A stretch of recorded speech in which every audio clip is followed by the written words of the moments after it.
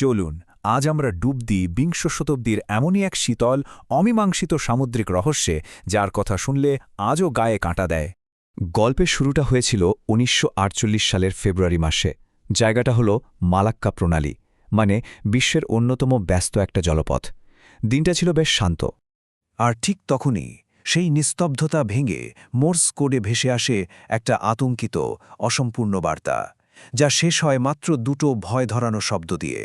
একটা জাহাজ থেকে পাঠানো হয়েছিল এই শেষ বার্তা, কিন্তু এরপর কি হল? চলুন এই অদ্ভুত আর ভয়ের গল্পের একেবারে ভেতরে ঢোকা যাক। এই ট্র্যাজেডির প্রথম সূত্র কিন্তু আসে ওই অদ্ভুত বিপদ সংকেত থেকেই। কাছাকাছি থাকা কয়েকটা আমেরিকান আর ব্রিটিশ জাহাজ ভুতুরে জাহাজটা থেকে আসা এই শীতল বার্তাগুলো পায়। এখন দেখুন, ভয়েস রেডিওর চেয়ে মর্স কোড কিন্তু অনেক বেশি নির্ভরযোগ্য। এটা হলো ডট আর ড্যাশের একটা সিস্টেম যা অনেক দূর থেকেও কাজ করে। তাই বার্তাটা যতই অদ্ভুত শোনাক না কেন, সবাই কিন্তু এটাকে খুব গুরুত্বের সাথে নিয়েছিল।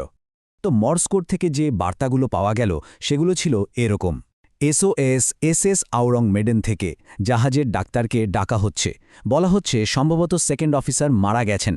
তারপর অন্য ক্রুরাও মৃত। শেষে অনুরোধ করা হয় যুদ্ধ জাহাজ পাঠান, এক্ষুনি সাহায্য দরকার। আর তারপরই সেই শেষ বার্তা, আমিও মারা যাচ্ছি। এই অদ্ভুত বার্তা পেয়ে কাছাকাছি থাকা একটা আমেরিকান জাহাজ নাম সিলভার স্টার সঙ্গে সঙ্গে নিজেদের গতিপথ পাল্টে দেয়।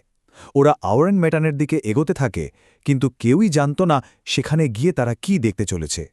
সিলভার স্টার যখন আওরাং মেদানের কাছে পৌঁছাল, তখন রহস্যটা যেন আরও গাঢ় হল।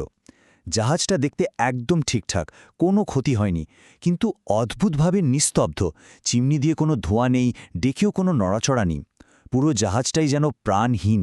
এরপর সিলভার স্টার থেকে একটা উদ্ধারকারী দল আওরাং মেদানে ওঠে। আর সেখানে গিয়ে তারা যা দেখল সেটা ছিল একেবারে হাড় হিম করে দেওয়ার মতো একটা দৃশ্য।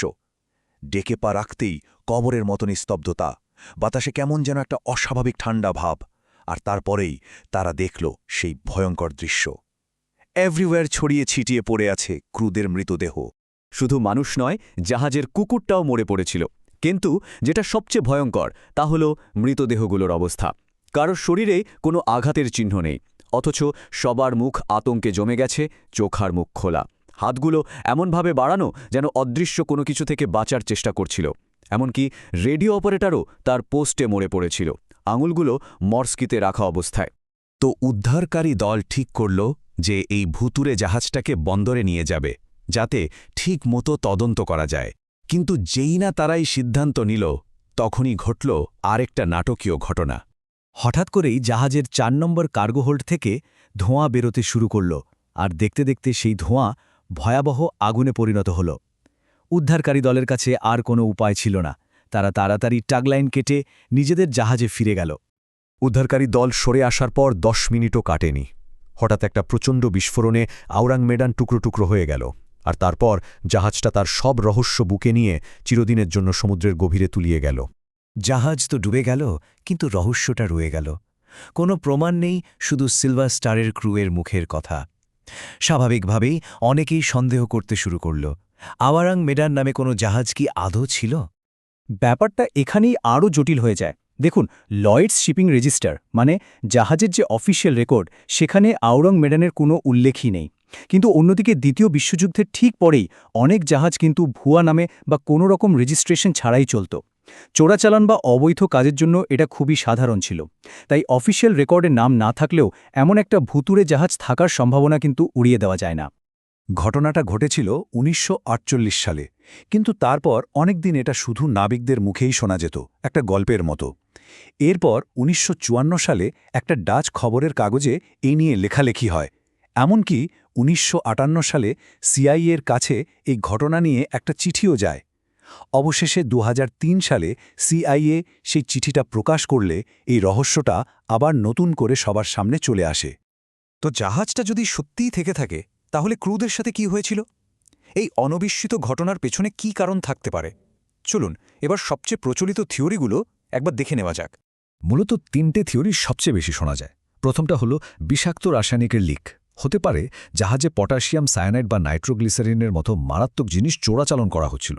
সায়ানাইড গ্যাস লিক করলে শ্বাসরোধ হয়ে এমন মৃত্যু হতে পারে। আর দ্বিতীয় থিওরিটা আরও ভয়ঙ্কর। বলা হয় জাহাজটা জাপানের কুখ্যাতি ইউনিট 731-এর তৈরি করা ভয়ঙ্কর জীবাণু অস্ত্র বহন করছিল। আর তৃতীয়টা হলো কোনো অলৌকিক বা অতিপ্রাকৃত ঘটনা। জাহাজের অস্বাভাবিক ঠান্ডা পরিবেশ বা ক্রুদের মুখের ওই ভয়ঙ্কর আতঙ্ক, অনেকে মনে করেন এর পেছনে কোনো স্বাভাবিক কারণ ছিল না। শেষ পর্যন্ত কোনো থিওরি কিন্তু পুরোপুরি প্রমাণ করা সম্ভব হয়নি। আওরাং ম্যাডানের ধ্বংসাবশেষ কোনোদিন খুঁজে পাওয়া যায়নি। তাই সত্যিটা কি তা আজও একটা রহস্য। খেয়ে জানে ওই জাহাজের সাথে আরও কত গোপন কথা সমুদ্রের গভীরে তলিয়ে গেছে। এই ঘটনাটা আমাদের এটাই মনে করিয়ে দেয় যে সমুদ্র তার বুকে ইতিহাসের কত যে অন্ধকার আর অমীমাংসিত রহস্য লুকিয়ে রেখেছে তার কোনো ইয়ত্তা নেই।